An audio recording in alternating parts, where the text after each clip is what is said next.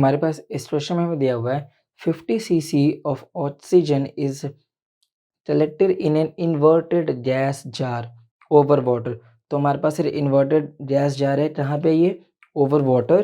फिर हमसे बोल रहे हैं the atmospheric pressure is 99.4 kilo pascal and the room temperature is 27 degree Celsius. The water level in the jar is same as the level outside. इस बात का मतलब समझो। अगर वाटर लेवल बाहर का अंदर का बाहर वाले लेवल से बराबर है, इसका मतलब ये हुआ कि जो इनसाइड प्रेशर है वो ही सेम प्रेशर कहाँ जाए, आउटसाइड भी है। और आउटसाइड कौन सा प्रेशर है हमारे पास, एटमॉस्फेरिक प्रेशर। सही है। The saturation vapour pressure at 27 degree Celsius हमारे पास 3.4 kPa दिया है। पूछ रहे हैं calculate the number of moles of oxygen collected in the jar. तो सबसे पहले इस क्वेश्चन में मेरे पास दिया हुआ है, उन्होंने प्रेशर दे रखा है एटमॉस्फेरिक, कितना मेरे पास 99.4 kPa मतलब 10⁻³ पास्कल। मेरे पास टेम्परेचर इतना दिया है 27 डिग्री सेल्सियस मतलब 300 केल्विन। यहाँ तक बात समझ में आई। अब फिर उन्होंने मुझे SVP दिया है एट 27 डिग्री सेल्सियस, कितना दे रखा है मेरे पास 3.4 kPa मतलब 10⁻³ पास्कल। और वॉल्यूम कितना है 50 cc। ये हो जाएगा मेरे पास 50 × 10⁻⁻⁶ मीटर क्यूब। सही है यहाँ तक बात। अब हमें उन्होंने मेंशन किया है कि जो वाटर लेवल है वो आउटसाइड और इनसाइड दोनों ही सेम है।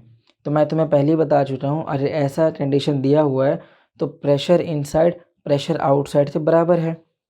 Since water level is same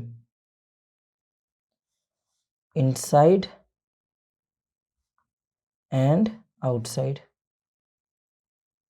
therefore जो प्रेशर हो रहा है इनसाइड था P इनसाइड मान लेते हैं, वही किससे बराबर है P आउटसाइड। सही है। और प्रेशर इनसाइड, तो प्रेशर इनसाइड ही है, प्रेशर आउटसाइड में प्रेशर एटमॉस्फेयर ही प्रेशर है। सही है। यहाँ तक बात समझ में। इसे मान लेते हैं इक्वेशन नंबर 1। अगर मैं तुमसे बात रहूँ कि इनसाइड प्रेशर इतना है तो मैं प्रेशर इनसाइड फाइंड कर सकता हूँ vapour pressure of O2। Inside तो वेपर प्रेशर ऑफ O2, क्यों, O2 जो मॉलिक्यूल्स हैं उनकी वजह से वेपर प्रेशर लग रहा होगा, प्लस SVP ऑफ वाटर कहाँ पे 27 डिग्री सेल्सियस पे। सही है। तो प्रेशर इनसाइड तो प्रेशर ATM है, P ATM मान लेते हैं। पार्शियल प्रेशर ऑफ O2 इतना मान लेते हैं, P मान लेते हैं, और ये तो SVP दिया ही हुआ है। सही है। तो मैं यहाँ से अगर P फाइंड करना चाहूँ तो P एटमॉस्फेयर माइनस SVP रह सकता हूँ। Atmosphere pressure is 99.4 × 10⁻³ pascal. SVP मेरे पास दिया हुआ है 3.4 × 10⁻³ पास्कल। मैं यहाँ से प्रेशर की वैल्यू कितनी बोल सकता हूँ, यहाँ से आ जा रहा 96 × 10⁻³ पास्कल। सो ये मेरे पास P नेट आ गया। मेरे से वो number of moles of O2 पूछ रहे हैं, तो मैं यहाँ पे आइडियल गैस इक्वेशन का यूज़ करता हूँ। सही है। तो मुझे N पता रहना है, तो N हो जाएगा PV/RT।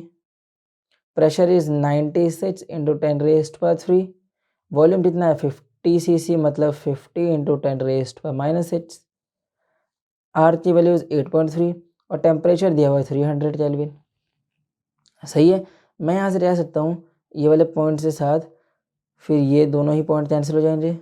ये आ जाएगा 96 × 5 / 83 × 3 और ये हो जाएगा 10⁻⁻3। ये हो जाएगा मेरे पास 32। सही है। अदर बात। तो मैं N क्या रह सकता हूँ, यहाँ से N की वैल्यू हो जाएगी मेरे पास 160 / 83 × 10⁻⁻3। तो जब मैं इस पूरी वैल्यू को सॉल्व करता हूँ तो मेरे पास N की वैल्यू आती है 0.1927 × 10⁻⁻3। तो मैं यहाँ से N की नियरली वैल्यू क्या रह सकता हूँ, या फिर एग्जैक्ट वैल्यू पॉइंट और सही करूँ मैं, तो ये हो जाएगा 1.927 × 10⁻⁴। तो यही हमसे पूछ रहे थे और हमारा क्वेश्चन सॉल्व हो गया। इससे आसान सॉल्यूशन और कहीं नहीं।